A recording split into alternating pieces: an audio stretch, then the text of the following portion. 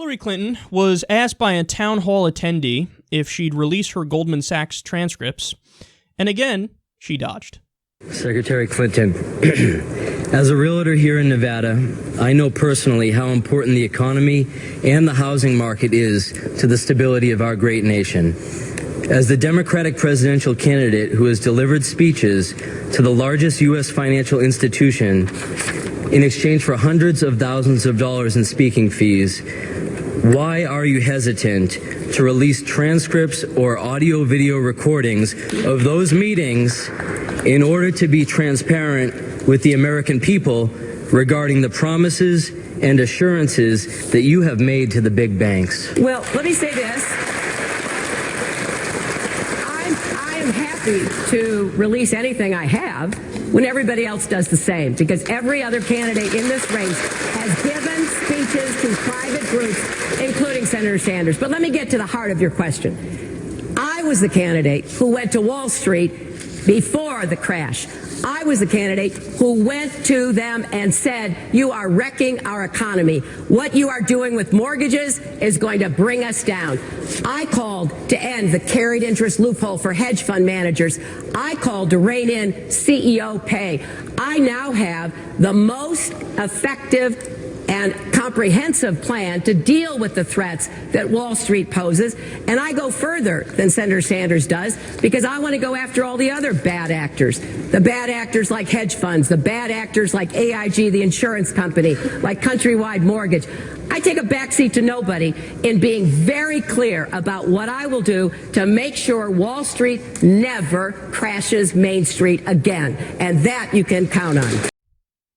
Now, I love that guy who asked the question, because right at the end of the clip here, they came back to him, and you know what he said? So you're not going to release the transcripts then? That is only the perfect follow-up.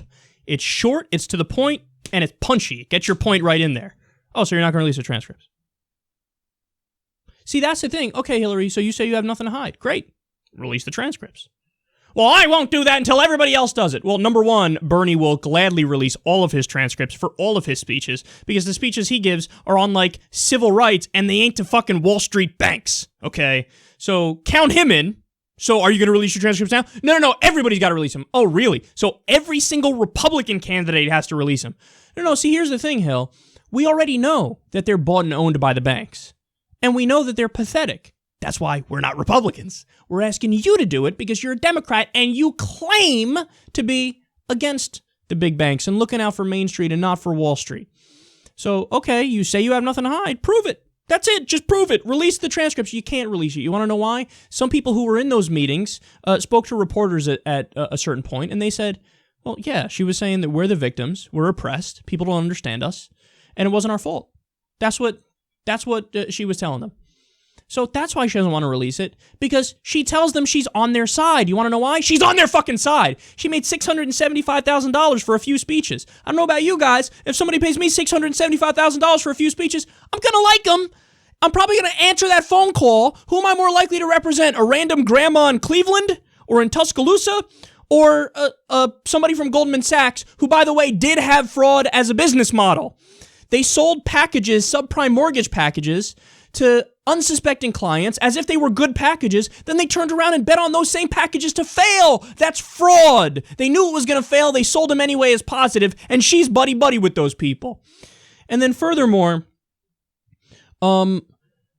she says, I went to Wall Street before the crash and told them to cut it out. Hillary, you have to stop with that line. That doesn't mean dick. Number one, I don't believe you. Number two, that's not how you solve a problem. You don't tell people, hey, you, stop it. That's like Bill O'Reilly's plan to stop out-of-wedlock births. Hey, stop having sex.